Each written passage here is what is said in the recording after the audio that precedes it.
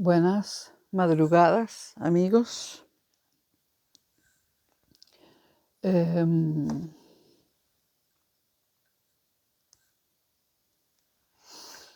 Buenas madrugadas. Son las 2:44 de la mañana del viernes 22 de diciembre de 2023 en la ciudad de Madrid. Bueno, vamos con el Teoría del Conocimiento 11. Ya sé que les debo hacia atrás algunos videos y también algunos posteriores al 11 que vamos a grabar ahora. En primer lugar, déjenme decirles que puede que se corte la grabación, porque no sé cuántos minutos de memoria me quedan. Y si se corta, la proseguiré después de Semana Santa, después del 24 seguramente. Bueno, no habíamos hablado de Hume, David Hume. Un filósofo empírico, o conocido como como un filósofo empírico. David Hume quiso radicalizar los planteamientos de los empíricos en general. Pero era un empírico, pero quiso, ya lo dije, radicalizar los planteamientos de los empíricos o los planteamientos del empirismo. Por otra parte, David Hume era un escéptico. Participaba del escepticismo. Eso quiere decir que él decía que primero que nada era un escéptico. Es decir, antes de ser un empirista o un racionalista o un fenomenólogo, era un escéptico. ¿Qué significaba esto en el caso de David Hume? Significaba que él tenía que comprobar, o él pensaba que había que comprobar los conocimientos humanos hallados o conformados, que había que comprobarlos con criterio. Y la palabra criterio es muy importante aquí. Había que comprobar todo con criterio. Y es en ese sentido en el que Hume fue un escéptico.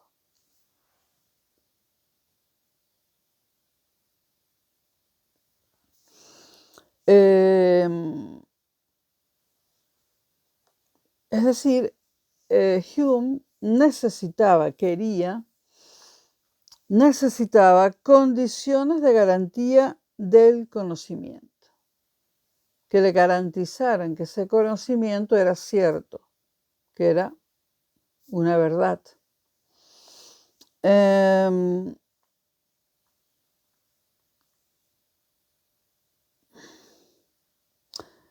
Hume dirige su escepticismo hacia los seres humanos. Y esto hay que tenerlo claro, ¿no? Hume preguntaría, ¿cuáles son las bases de que esto en lo que se cree es una verdad, una certeza, una ley universal? ¿Cuáles son las bases para que esta creencia que tenemos sea una verdad, una certeza, una ley universal, etc.? Esto es lo que preguntaría Hume. Hume comienza la pregunta, por lo tanto, sobre el conocimiento por el sujeto, que era algo que no se había tocado todavía en la historia de la filosofía. Él se pregunta sobre el conocimiento, pero se pregunta por el sujeto del conocimiento. En algunas cosas coincide con Descartes, ¿no? Pero de Descartes realmente no se pregunta. Para Descartes el sujeto era él, un él que representaba toda la humanidad, o sea, soy y luego existo. ¿Quién es? Pues yo soy y luego existo. Hume se crió en Edimburgo, en Escocia, y por razones que desconozco, se dice que esto pudo haber influido en su filosofía. Y era británico como todos los empiristas de la época, o todos los empiristas modernos prácticamente. Hume comienza, repito, la pregunta sobre el conocimiento por el sujeto. El sujeto de Hume es él, aquella, este, cualquiera, que aprende y que capta. Hume cree con Descartes, que se nos dan fenómenos a la conciencia. En eso están de acuerdo. Pero, y esto sí que es el pero que Hume le pone a Descartes, pero mediados por el sujeto que los capta. Y esta es una idea novedosa. Mediados por el sujeto que los capta. Es decir, para Hume los fenómenos se dan a la conciencia, pero mediatizados por el sujeto que los capta.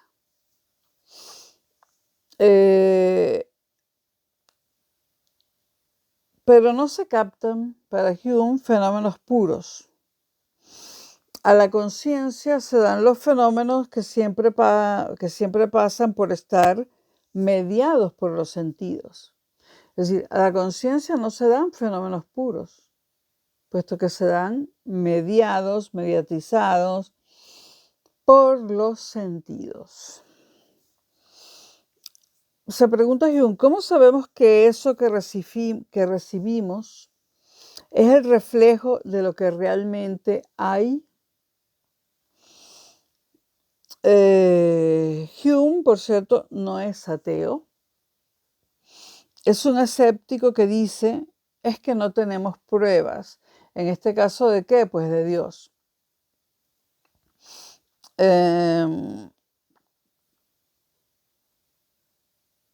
A lo mejor, dice Hume, hay unos 15, 20 dioses. Entonces, ¿qué? Pregunta Hume. Nos permite predicar sobre Él, sobre Dios, y pensar que no somos engañados. O sea, hay unos cuantos dioses, puede haber varios. Hume no sabe y admite que no sabe, no tiene pruebas.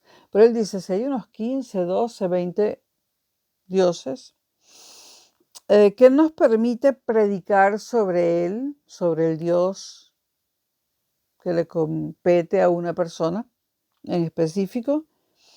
Y pensar que no somos engañados. Predicar sobre Dios, predicar sobre Él quiere decir es 100% bueno, encarna la belleza del mundo, etc. Dice Hume, si ni siquiera sabemos si existe, si no lo hemos podido demostrar, no las demostraciones de Santo Tomás, demostrar científicamente, ¿cómo nos atrevemos a predicar sobre un sujeto? Llamar a Dios sujeto no es antifilosófico, ¿no? Pero bueno, esa cosa. Qué osados somos que estamos predicando, es decir, predicando sobre un Dios que no sabemos ni siquiera si existe. ¿Y qué es predicar? Pues Dios, que es el sujeto, es bueno. Dios es omnipotente. Dios es rubio.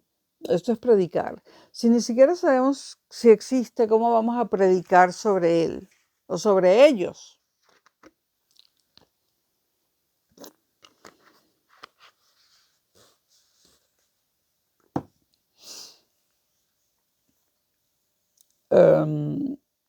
Y por otra parte, pensar que Dios no nos engaña. como se lo preguntaba Descartes en su momento. Dice, además de que predicamos sobre él sin saber si su existencia es cierta, pensamos que lo que nos dice, y vayan ustedes a saber por qué vías se comunica con nosotros, es verdad. O sea, no solamente predicamos sobre un ser de cuya existencia no estamos seguros, sino que además decimos que ese ser, que no hemos comprobado que existe, no nos engaña.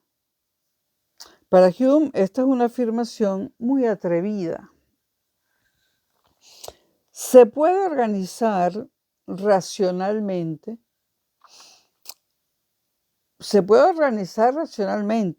pero la razón para Hume no es esta luz natural que más allá donde llega despeja la tiniebla y descubre lo cierto, como dirían algunos griegos. No, eso no es para Hume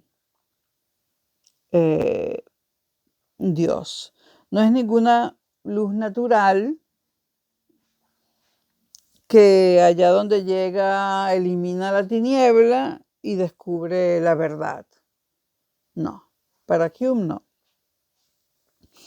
Para Hume, la razón es una parte de la cadena de montaje del ser humano. O sea, cuando en una fábrica montan un avión, un Airbus, pues igual nos pueden manufacturar a todos.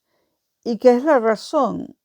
Pues una parte de la cadena de montaje del ser humano, como pueden ser, no sé, el volante o no, el volante es muy superfluo, como puede ser para un carro o para un coche, el motor. Y para no ser tan presuntuosos, como puede ser para un coche, presuntuosos con la razón, qué sé yo, los amortiguadores delanteros. Repito, porque es importante. La razón, esa parte eso que tenemos, llamado razón, es una parte de la cadena de montaje del ser humano. La razón no puede llegar a producir nada por sí misma. Por sí misma no es nada. Hume dice que aprendemos por la vía de los sentidos. Obviamente, es un empirista. Producimos imágenes difuminadas de aquello que experimentamos. Por supuesto que estas imágenes son difuminadas. Yo no veo un libro y dentro de 4 días, sin haberlo vuelto a ver, no lo reproduzco exactamente en mi memoria. Lo reproduzco de forma difuminada.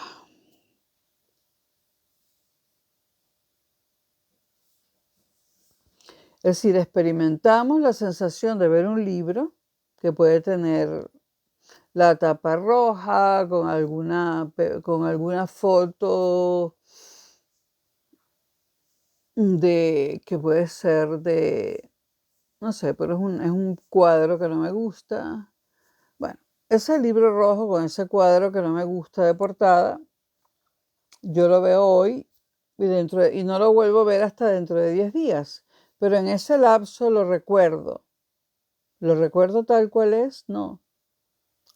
Lo recuerdo de una forma difuminada, diría Hume. En general, producimos imágenes difuminadas de todo aquello que experimentamos. Locke decía, les debo un video sobre Locke, venía antes que Hume. Locke decía que nosotros abstraemos una idea del objeto. O sea, vemos un objeto y extraemos una idea. Pero Hume dice que copiamos una idea difuminada de nuestra experiencia. Algo distinto, porque no está la abstracción. Copiamos una idea difuminado de nuestra experiencia. Nosotros no abstraemos una idea del objeto como piensa Locke.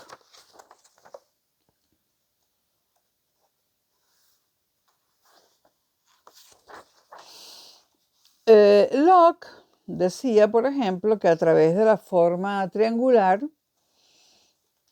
abstraemos el triángulo.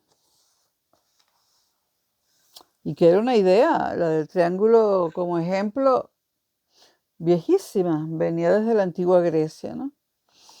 Sabemos que hay triángulos escalenos, isósceles y equiláteros. Y a veces los escalenos son triángulos rectángulos porque tienen un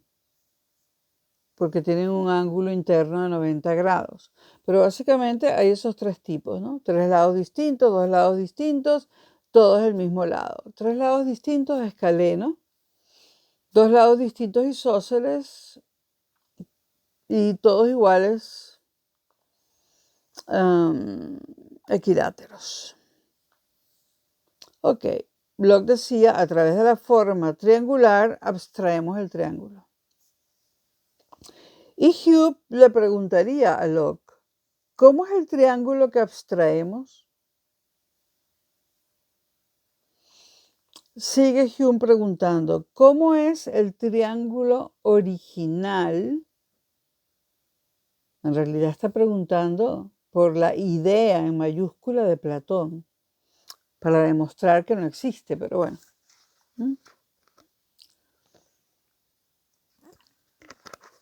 Repito. Hume pregunta, ¿cómo es el triángulo que abstraemos? Luego, también Hume pregunta, ¿cómo es el triángulo original? La triangularidad que luego se concreta en varios tipos de triángulo. O sea, ¿cuál es la idea de triángulo dado que hay tres tipos distintos de triángulo? Bueno, podríamos decir que el triángulo hay un solo tipo, que es el escaleno, y a veces hay dos lados iguales y a veces tres. También podríamos decir eso, pero esto es una clase de filosofía, ¿no?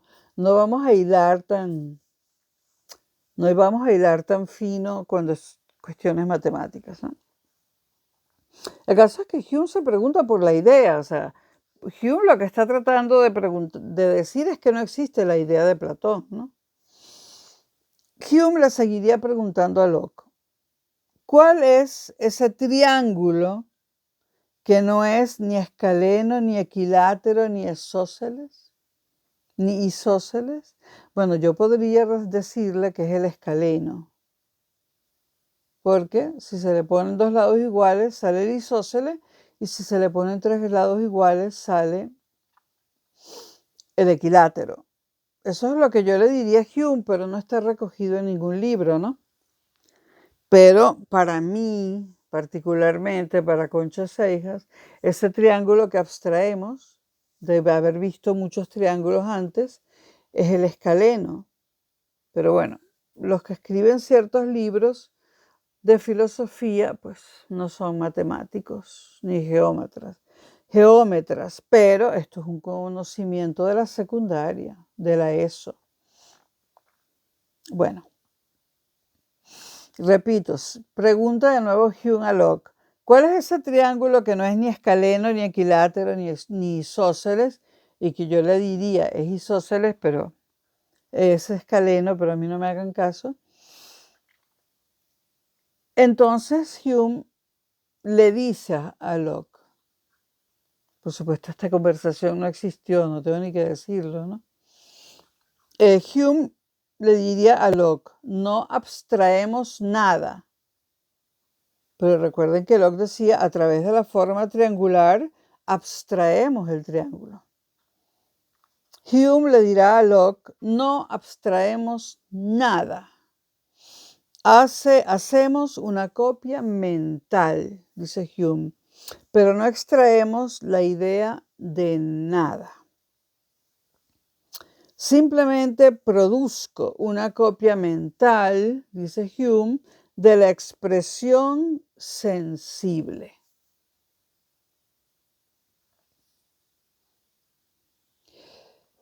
Si vemos una imagen de azul,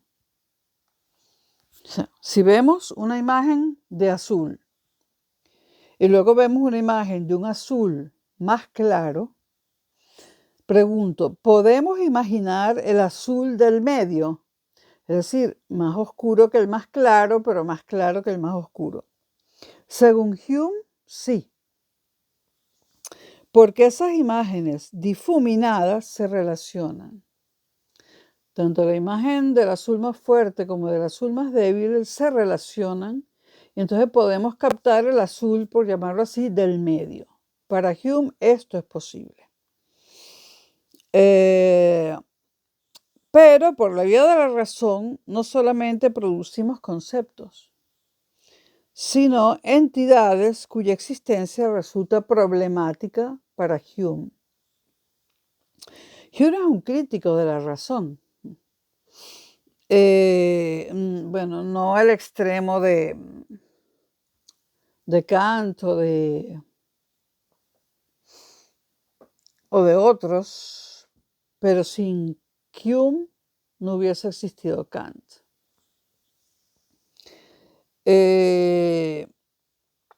Repito, por la vía de la razón, dice Hume, no solamente producimos conceptos, sino entidades cuya existencia resulta problemática.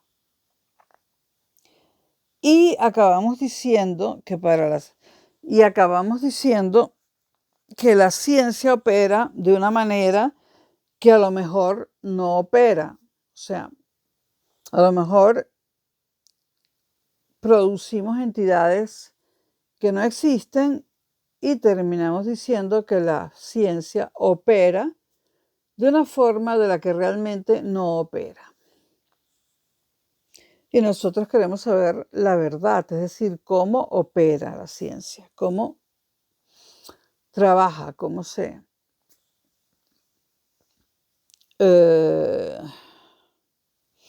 es decir, tal vez con esto de los conceptos que se traducen en entidades, tal vez con esto, dice Hume, vamos demasiado lejos, porque vincula cosas que tal vez no están vinculadas. En el caso del azul claro, el azul oscuro, sí estaban vinculados. Todo lo que sabemos, dice Hume, lo hemos experimentado. Y esto es importante en la filosofía de Hume. Todo lo que sabemos, lo hemos experimentado. Si a partir de esta premisa preguntamos, ¿quién aquí ha experimentado el yo? Difícil pregunta la que hace Hume. ¿Quién aquí ha experimentado el yo, mi sujeto? Prosigue Hume. Hemos experimentado sensaciones. Se nos han dado recuerdos a la memoria, experiencias en las últimas partes de nuestro cuerpo. Experiencias en las distintas partes de nuestro cuerpo. Sensaciones corporales, más o menos ubicables. Hemos experimentado cosas que nos han producido alegría, placer, dolor, tristeza, etc. Todo eso experimentamos. A todo eso estamos expuestos.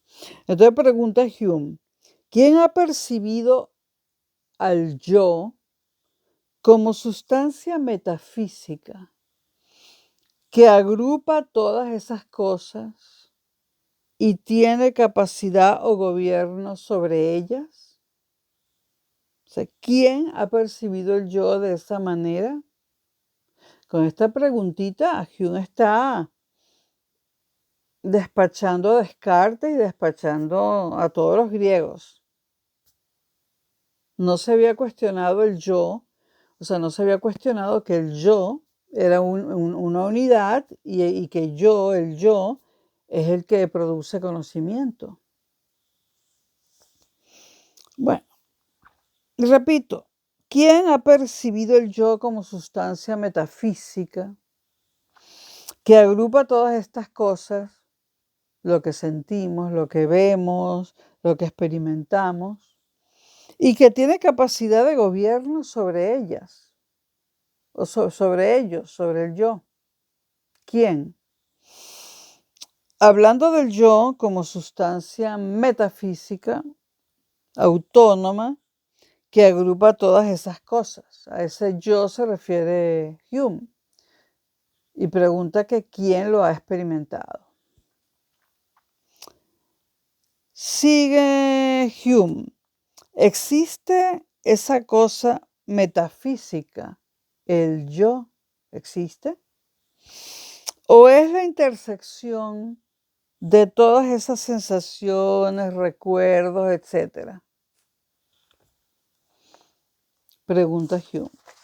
Hume se cuestiona demasiadas cosas.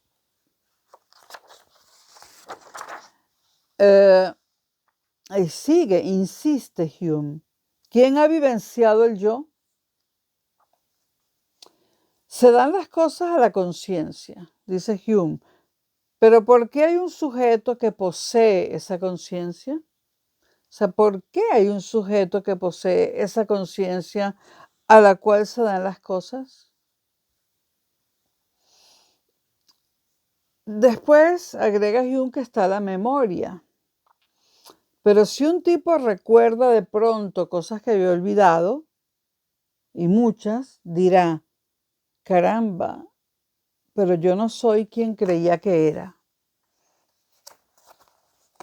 Es decir, que el yo que hasta ahora, digamos, era el hombre, también era un yo que no cambiaba. Pero Hume dice que con los recuerdos cambia, y no solo con los recuerdos. Hume dice, si el yo está tan vinculado a la memoria, ¿no será el yo la idea agrupadora de tantas experiencias pasadas? Pero al mismo tiempo se pregunta, ¿existe realmente una idea agrupadora? Sigue Hume. ¿Quién ha vivenciado, quién ha tenido conciencia del alma? ¿O quién ha tenido constancia del alma? Perdón.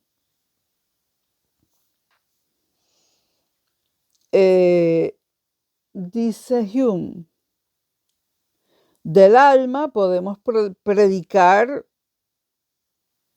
muchas cosas. De hecho, se hace. De hecho, bueno, el alma, en los griegos, el alma conscupisciente, el alma, los diferentes tipos de alma, ¿no?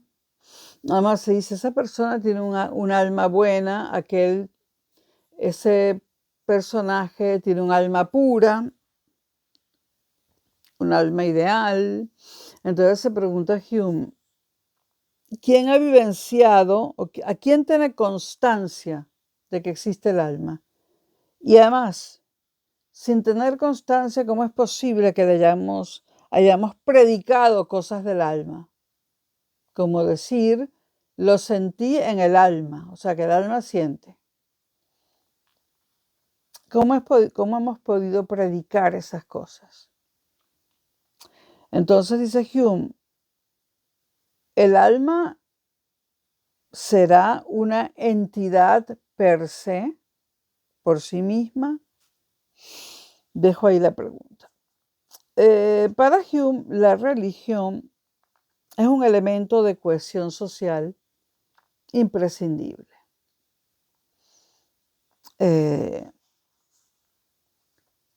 No podía Hume imaginar un estado ateo, no porque él fuese demasiado creyente, sino porque consideraba que la religión era el pegamento que mantenía a una sociedad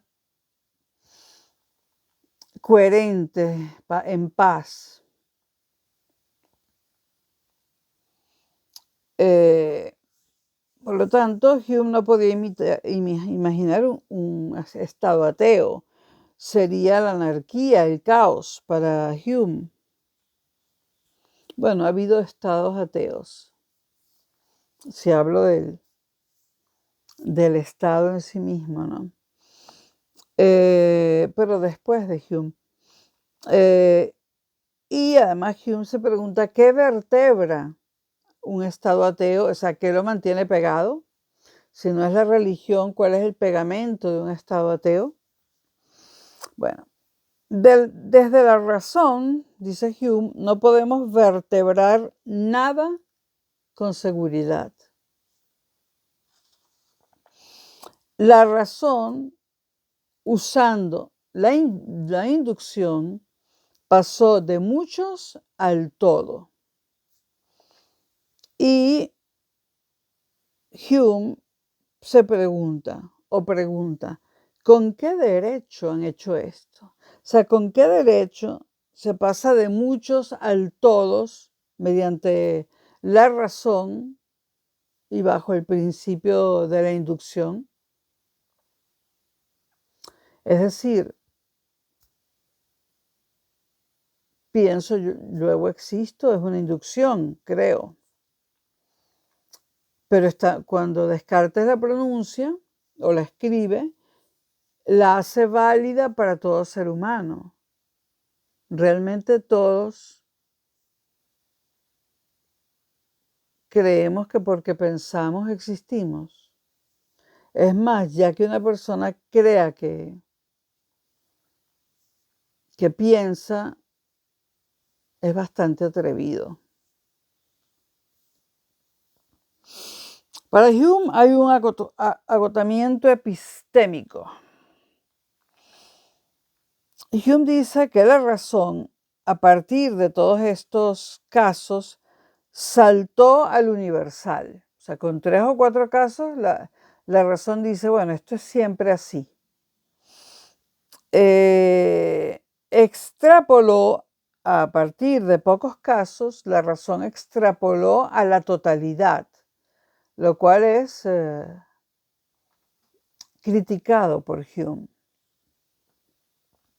Si le preguntamos a la razón, en ausencia de lo sensible, ¿de qué están hechas las cosas? Pues la razón no tiene respuesta. En ausencia de lo sensible, no tiene respuesta. Entonces, Hume concluye que no podemos solo pensarlo con la razón. O sea, no podemos solo pensarlo. Tenemos que comprobarlo espiritualmente. Por ejemplo, si le preguntamos a la razón de que cómo es el cuerpo por dentro de una gallina, pero la gallina no está, la razón no tiene respuestas. Hay que ir a los sentidos, es decir, al experimento. Matar a la pobre gallina, abrirla y ver qué tiene por dentro.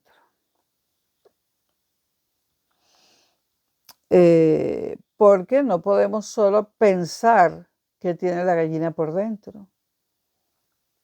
De ahí no obtenemos ningún conocimiento, solo pensándolo.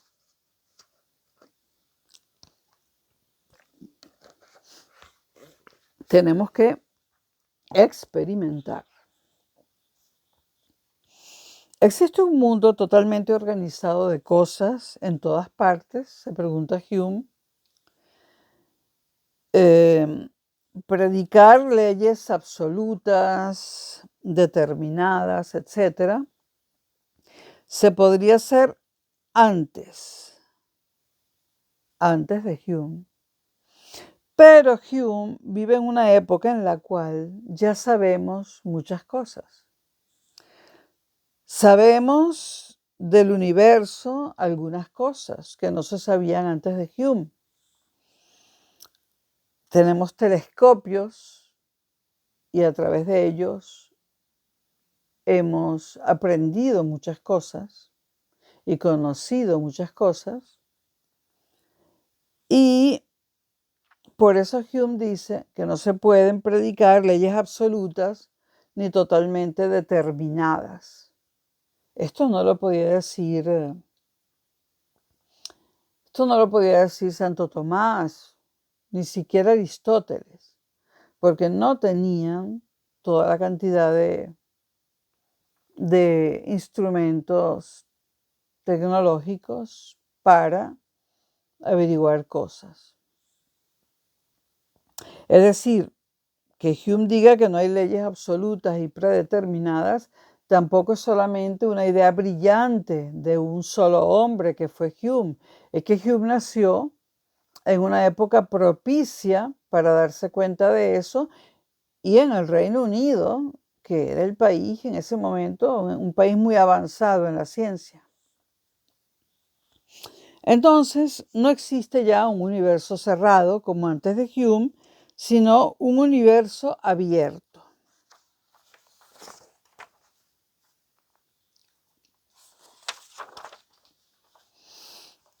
Un ejemplo actual. La teoría de la relatividad, por ejemplo, es cierta en la medida de cómo se nos dan las cosas a la conciencia. Pero, pregunta Hume, que es un preguntón, ¿es eso así?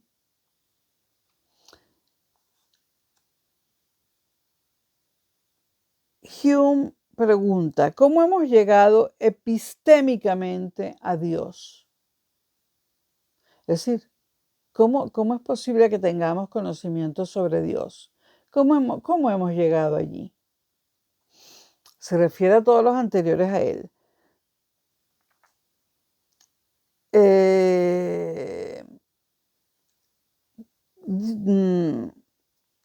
Cuando Hume pregunta esto sobre Dios, de cómo hemos llegado epistémicamente a Dios, Hume piensa en Dios como fondo último metafísico, igual que Descartes, no en el Dios cristiano ni en ninguno de esos dioses. Hasta la época de Hume se suponía que había que haber un Dios. Era imposible pensar que no lo había. Tenía que haberlo. Es como el origen del tiempo, que no se puede pensar de otra manera.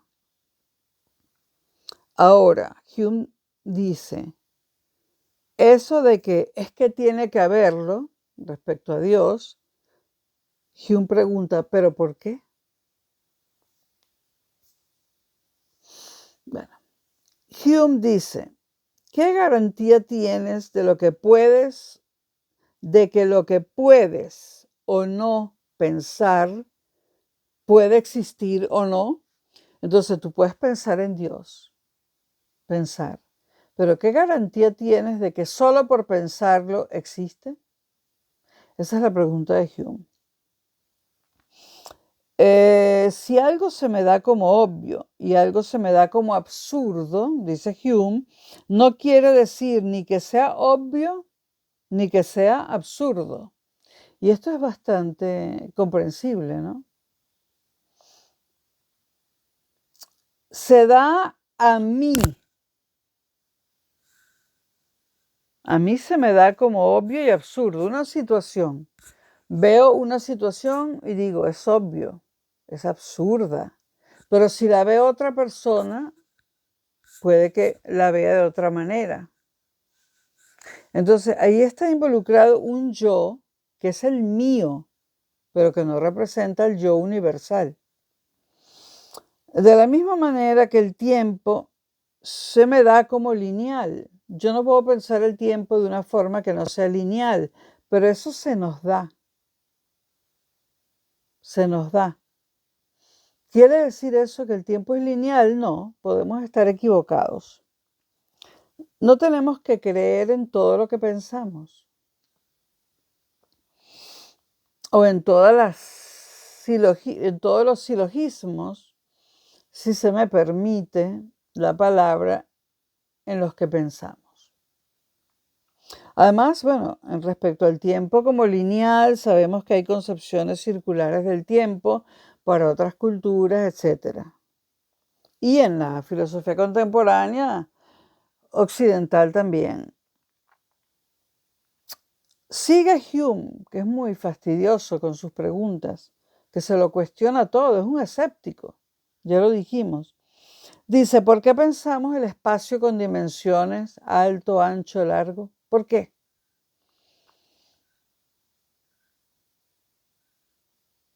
Lo pensamos con dimensiones.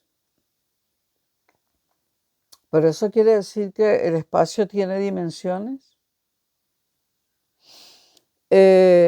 Además, se ha pensado en Dios, dice Hume, como eternidad.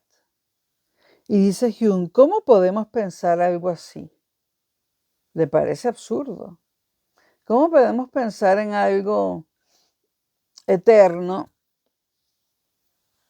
cuando nosotros no lo somos? Y remata Hume, y si Dios existe, supongamos, es la suma de todas las bondades, no me engaña, me hace más o menos libre, ¿no? Y Hume se contesta a sí mismo diciendo, y repito lo anterior, y si Dios existe es la suma de todas las bondades, no me engaña, me hace más o menos libre. Y entonces Hume de repente dice que eso que él acaba de decir y que se ha dicho por filósofos anteriores a él, Hume dice que esta es la razón borracha de sus propias posibilidades. Repito, esta es la razón borracha de sus propias posibilidades. Lo que quiere decir Hume es que la razón tiene límites y mucho más estrechos de los que pensábamos.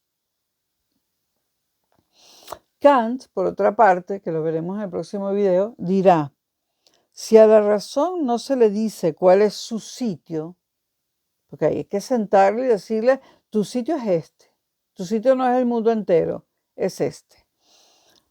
Kant dirá, si a la razón no se le dice cuál es su sitio, pues tira y tira, agrupa y agrupa, ¿no? Y puede llegar a falacias. Para Kant hay que darle su sitio a la razón.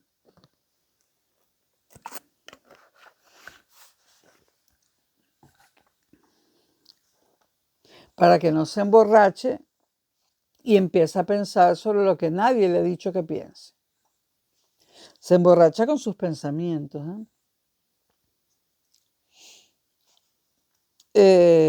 o con sus argumentos. ¿Quién agrupa?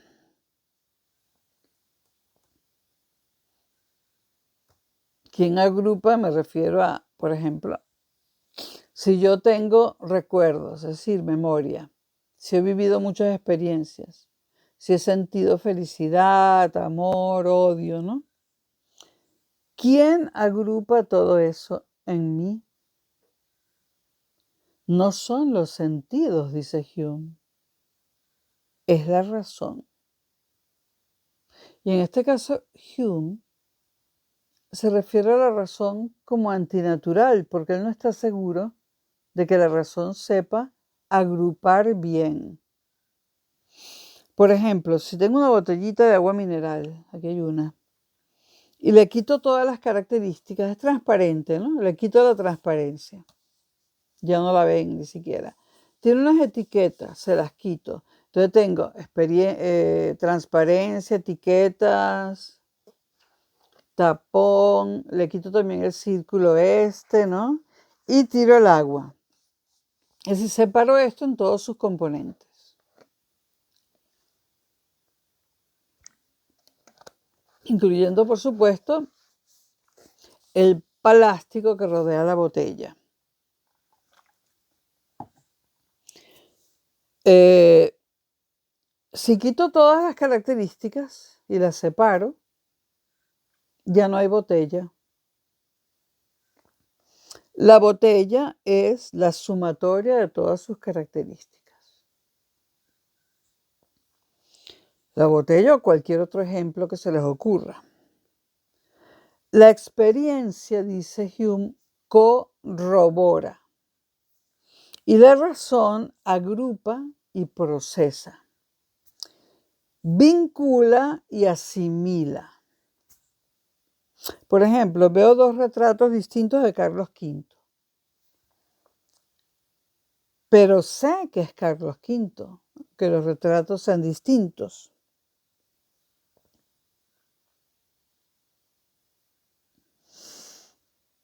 Esta es otra de las cuestiones de Hume. Hume, si hay dos cosas que representan lo mismo, en este caso Carlos V, pues se debe hacer una sola entidad, que puede ser una entidad llamada Retratos de Carlos V, pero una sola. Porque, dice Hume, de acuerdo con la navaja de Auckland, dice Hume, no se multiplican los entes sin necesidad. Si no hay necesidad de multiplicar los entes, no debemos hacerlo. O sea, no debemos decir, esta es la batalla ecuestre de Carlos V que está en el piso 2 a la derecha del Prado y la otra está en el Museo de San Petersburgo y está sentado. No, eso me crea dos entes. Retratos de Carlos V, punto. Para Locke, que se los debo porque es anterior a Hume, hay cualidades primarias y cualidades secundarias. Las cualidades primarias se refieren a cómo las cosas se nos dan en realidad. Y las cualidades secundarias en cómo se nos dan las cosas a la conciencia. Y esta distinción es importantísima.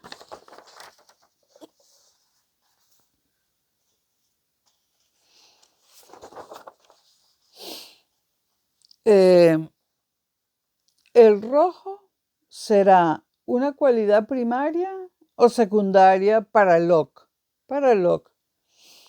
que lo acabo de mencionar. Pues el rojo es una cualidad secundaria. ¿Por qué? Porque se me da a la conciencia. Y es una cualidad primaria porque el rojo no existe, no es rojo. Es una longitud de onda.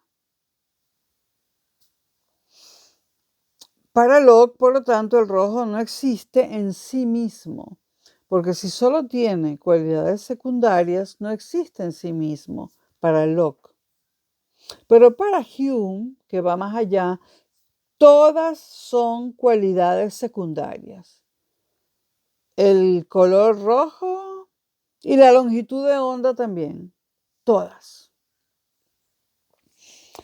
A estas alturas de la teoría del conocimiento todavía Dios no ha muerto, ¿no? Falta bastante para Nietzsche. Pero debido a Hume, Dios está sufriendo unos pinchazos peligrosos en el área del corazón.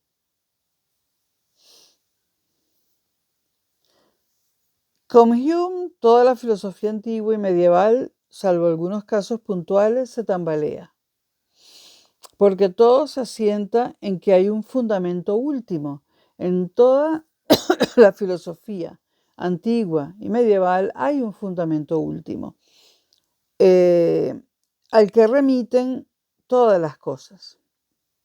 Lo bueno, lo bello y lo verdadero remiten a ese fundamento último. Para Platón existía ese fundamento último, eran las ideas. Pero Hume dice, tal vez haya un fundamento, tal vez, pero como nosotros pobres mortales, no podremos llegar a Él, pues no lo tenemos por qué tomar en cuenta. Habla de Dios. Si no podemos llegar a conocerlo, si no podemos llegar a Él, puede que sea un fundamento último, pero no lo sabemos. O sea que no podemos hacer nada. No podemos llegar a Él. Entonces, digamos que Hume lo aparta por ese motivo. Para Hume, la moral y la política son lo no adecuado, lo conveniente y hasta cierto punto la costumbre. Lo adecuado, lo conveniente y la costumbre. No hay verdades ni fundamentos últimos ni en la moral ni en la política para Hume, es decir, ni en la ética ni en la política. Hume no es un relativista absoluto ni un epistemólogo plano. Es coherente en todos los planos con una filosofía escéptica que dice que aprendemos con los sentidos y que estos sentidos nos devuelven redes de comprensión, de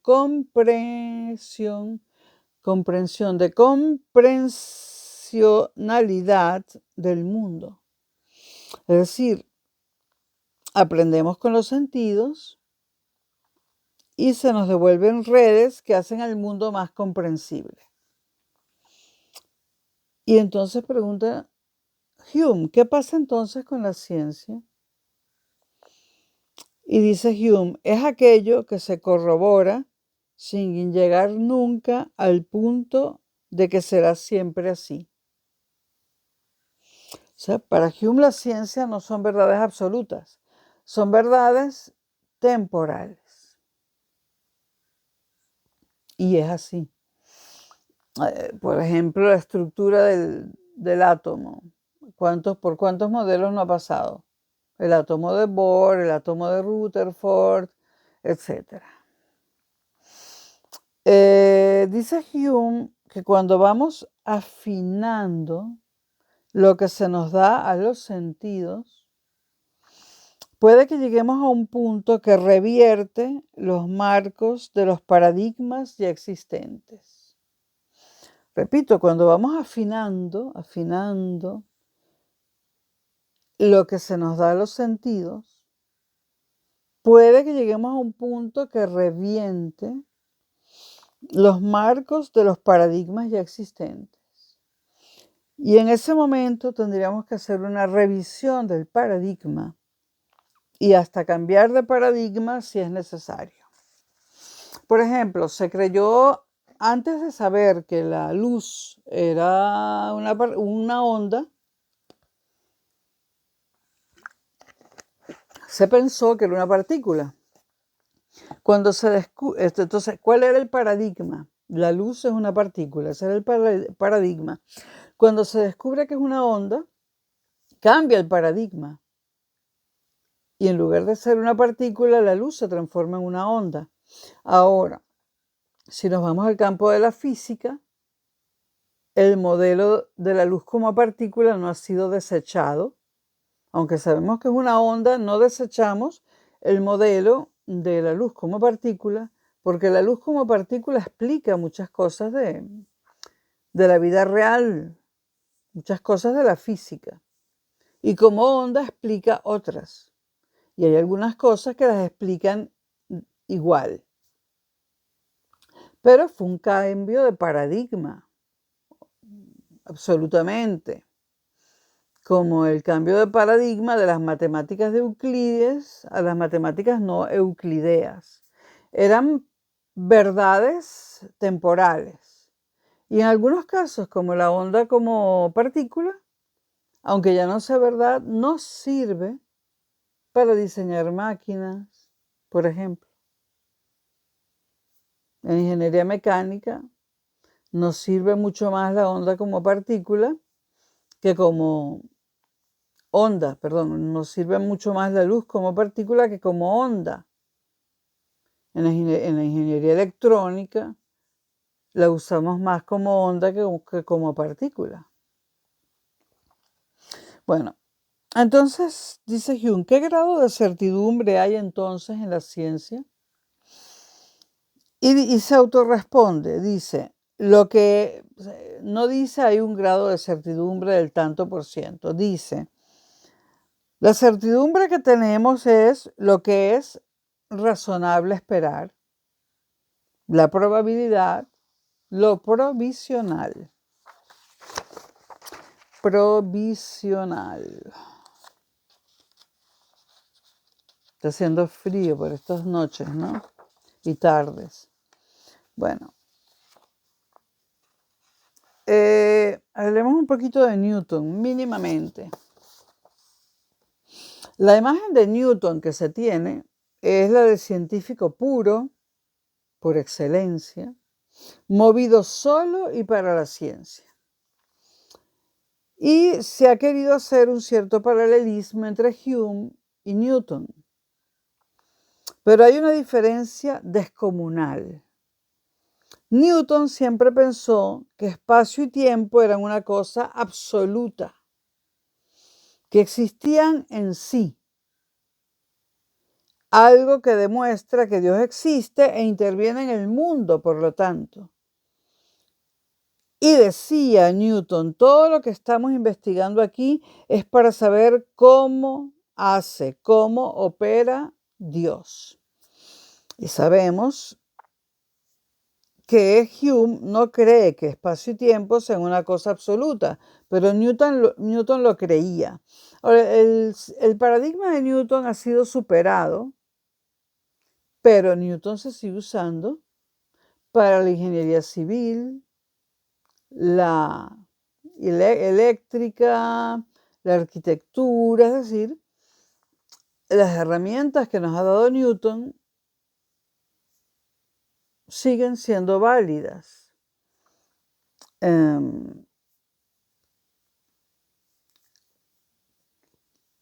Bueno, recordando a Platón en la República, el libro que recomiendo mucho, solo quería imitar el orden del firmamento, lo que siempre avanza y vuelve de la misma manera. El orden del firmamento en época de Platón era un paradigma. Se suponía que el universo, el firmamento, no cambiaba.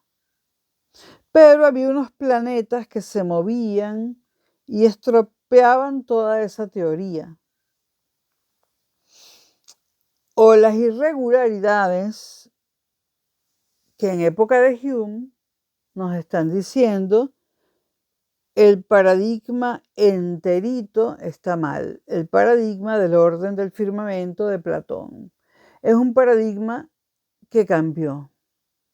Estaba errado, pero nuevamente ahora y desde hace varios siglos, tenemos los instrumentos para saber que el firmamento se mueve.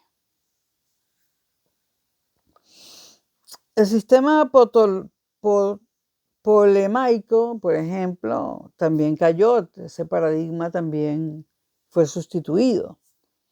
Newton dice, las cosas se mueven como se mueven, pero hay un en sí que hace que las cosas se muevan de una determinada manera. Hume no aprueba esto, no lo suscribe. Hume dice que la concepción del tiempo es relativista, que es lo mismo que decir que espacio y tiempo no son absolutos. Espacio y tiempo eran absolutos para Newton, pero no lo son para Hume.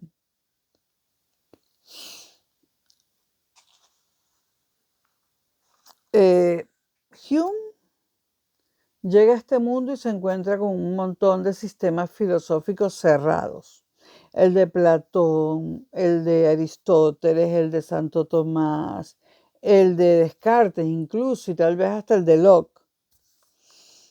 Y entonces Hume dice que estos sistemas cerrados los produce la razón desesperada ante sus propias limitaciones. Y esto lo analizará próximamente Kant. No hay Kant sin Hume. Estos sistemas cerrados eran barrocos y aspiraban a explicarlo todo, dice Hume. Ahora, después de Hume, ¿a dónde va Kant? Que lo veremos en el próximo video. ¿Qué quiere Kant? Kant se encierra durante 10 años para producir algo nuevo. Kant dice, la ciencia es conocimiento propio de lo que hay.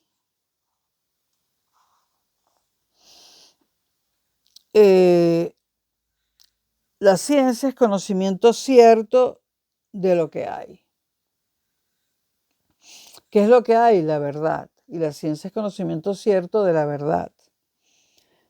Pero esto, de acuerdo a la manera como conceptualizamos lo que se nos da. Hay un pero. Todavía Kant no ha empezado a construir su propio sistema. Kant se carga la posibilidad, y esto sí que es una revolución, Kant se carga la posibilidad de llegar a la realidad, es decir, de llegar a la realidad del ser, de llegar a la realidad de la cosa en sí, como diría Sartre, de llegar a las ideas, como diría Platón. Hume se carga esa posibilidad, dice que es imposible llegar hasta ahí. Esto es una roca, en el buen sentido, y es criticado por esto, obviamente, en esa época, ¿no? Que no está tan lejana. Lo único que tenemos, dice Kant, es pura fenomenología. No es difícil afirmar que es así con Kant. Kant reflexiona en la manera como se nos da el fenómeno y habla del fenómeno y el noúnomo. En este video no vamos a hablar del noúmono.